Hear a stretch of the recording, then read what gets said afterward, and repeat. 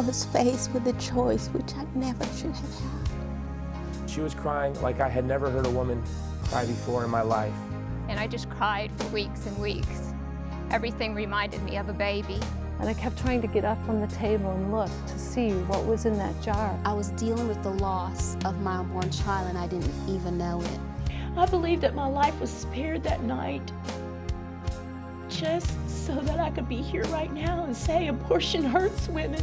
Whisper, be silent no more. Welcome to Faces of Abortion. I'm your host, Cindy Collins, and again today I am with my co-host, Alan Parker, who is president of the Justice Foundation, and Clayton Trotter, general counsel of the Justice Foundation. Really excited about today's show, Alan. It's going to be very deep and powerful. We're going to hear from Donna about 24 years of suffering caused by her abortion. And Pat is going to give us a man's perspective, and he's here with his wife, Roseanne. That's right, Alan, and now we want to go ahead and hear Donna's story in her own words.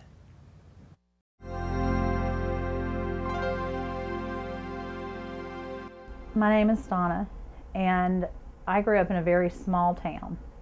And after I graduated high school, a friend and I moved to a large city and rented an apartment. And we were young and on our own, and I went home one weekend for a friend's wedding. And after the wedding, I went to a party and I met a guy, and we began seeing each other. We began sleeping together a month later. And 2 months after that, I became pregnant. I was 19 years old. When I found out that I was pregnant, he immediately told me to have an abortion. And I told him no, that was not an option for me. He told me that if I didn't have the abortion, not to call him anymore, that he didn't want anything to do with me. I was 19, on my own for the first time, had no support, no one to turn to, so I gave in to him. And he told me that if I went through with the abortion, that everything would be just as it was before.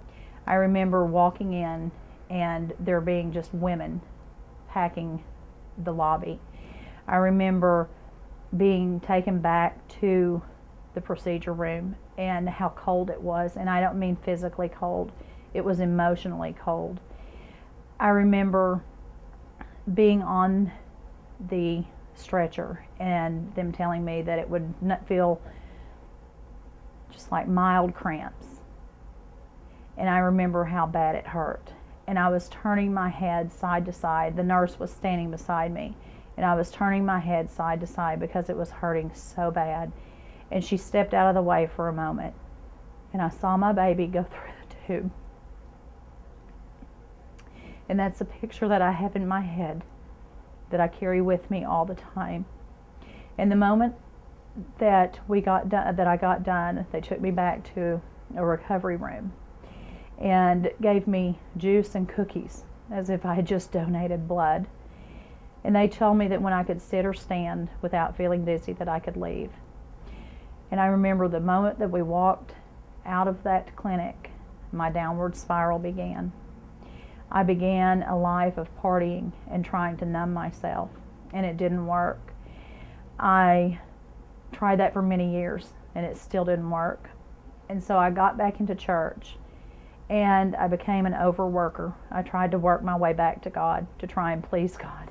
That didn't work either. The pain and the shame and the guilt was still there. And I went into a major depression. About a month after I had my abortion, I began having physical problems each month. I went to the doctor, and he told me that my uterus had attached to my colon with scar tissue. So when I was 22 years old, 3 years after my abortion, I had to have a hysterectomy. And my depression worsened. I was hospitalized at least 5 times, and the therapist didn't know what to do. They didn't understand that my having an abortion was what was doing this to me. And I took antidepressants. I took all kinds of medication to try and come through the depression, and it didn't work. I began making up things as to why I was depressed, because I didn't feel like people wanted to hear the truth. And I began cutting myself because I needed something for my mind to focus on, something physical for my mind to focus on, instead of the emotional pain that was raging inside of me. And so anything that would cut, hard plastic, knives, razors, anything that I could use to cut, I would. And this continued for 24 years. And I was suffering in silence. No one knew that I had had the abortion. And one night I was watching TV, and I saw a show called Faces of Abortion, and I couldn't let myself watch it. So I kept seeing it, and one night when I was by myself, I decided that I was going to go ahead and turn it on. And I turned it on, and I saw women sharing their testimony.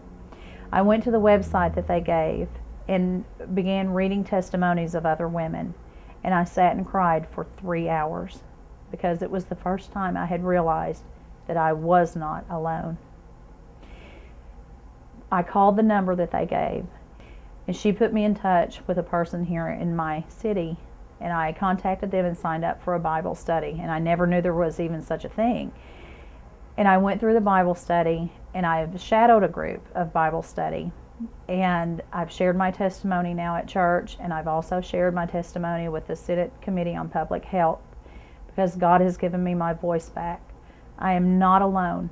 Breaking the silence began my road to healing. I mean, that's one of the most important things, was that breaking the silence is what began my road to healing. Because as long as I was suffering in silence, there was no one there that could help. And I would just like to encourage those of you that are sitting and watching this to know that you are not alone. Each time I share my story, God strengthens me. And you are not alone, and it is never too late for you to receive healing.